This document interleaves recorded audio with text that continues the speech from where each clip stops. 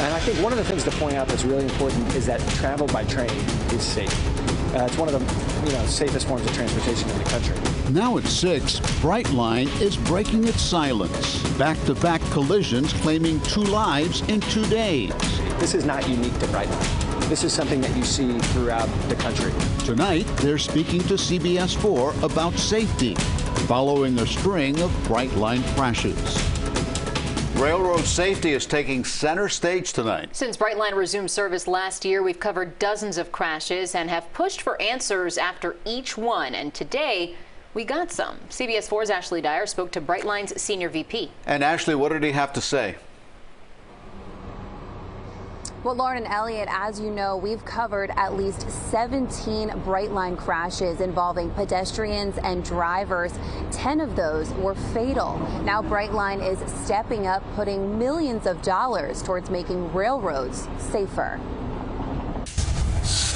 This collision Monday in Pompano Beach, leaving a man dead and his truck unrecognizable. Then a day later, a Jeep in Hollywood left mangled on the tracks and another person dead. Officials say in both cases, drivers drove around the barriers onto the tracks. It's no different than stopping at a red light. You can't drive through a red light. You can't drive around a rail grade. You're looking at 8 recent Brightline collisions. The Federal Railroad Administration saying they're very concerned about the number of grade crossing and pedestrian fatalities reported along the Brightline corridor in South Florida.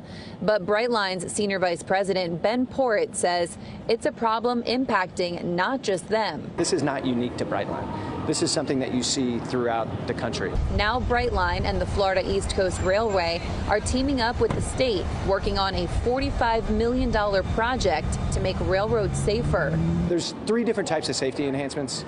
The first is channelization, fencing, and landscaping that will take people from just crossing the railroad down to a proper crossing. They'll also install delineators at each crossing to prevent drivers from making a left or right onto the railroad. And they plan to create dynamic, bold signs to warn drivers of active railroads. To put in place mechanisms that channel people away from the railroad and certainly help them avoid the railroad when they shouldn't be there anyway. Porritt says he's confident these safety improvements will have a noticeable impact in lowering the number of collisions, injuries, and deaths we're currently seeing. Pay attention to the safety warnings. Stop before the tracks. Don't park on the tracks. Don't try to beat a train. Our trains go through crossings in 45 seconds. And that $45 million will have a pretty big impact. It's going to be used towards improving more than 300 railroad crossings from Miami-Dade to Brevard County.